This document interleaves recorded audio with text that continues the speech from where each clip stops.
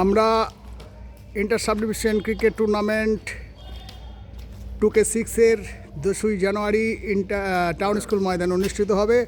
আমরা রাতের বেলায় আমরা বেরিয়েছিলাম ব্যাডমিন্টন কোর্টে গিয়েছিলাম। সেখানে দেখছি টাইটনের ফ্র্যাঞ্চাইজি নাইসেট করার জন্য ভীষণ মনোযোগ সহকারে খেলছেন ব্যাডমিন্টন। পাশে রয়েছেন আমাদের টাইটনের ফ্র্যাঞ্চাইজি এবং চ্যালেঞ্জারের ফ্র্যাঞ্চাইজিও একটু বাইরে গেলেন এতক্ষণ গা ঘামিয়ে।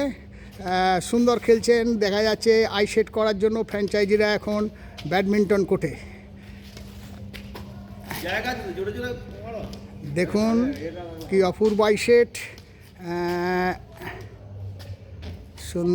সুন্দরভাবে খেলছেন টাইটনের ফ্র্যাঞ্চাইজি। আমি একবার কথা বলবো টাইটনের ফ্র্যাঞ্চাইজির সঙ্গে।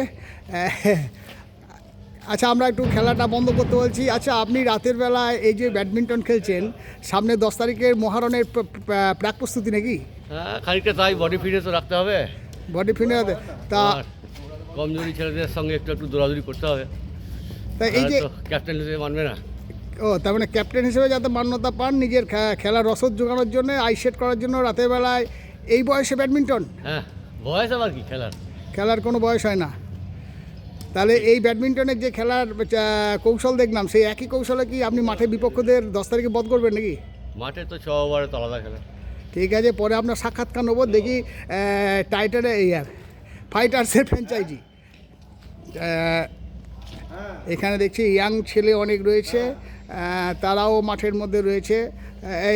এদিকে এসো ভাই, তোমার নাম কি? সঞ্জীব চক্রবর্তী। তোমরা এই রাতের বেলা, হ্যাঁ নমস্কার, তোমরা এই রাতের বেলা ব্যাডমিন্টন খেলছো, কারণ কি?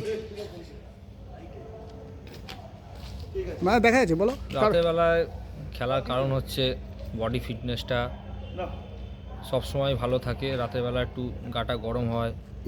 বডি ফিটনেসের উদ্দেশ্যটা কি? মানে সামনে 10 তারিখে মহারণের জন্য তো?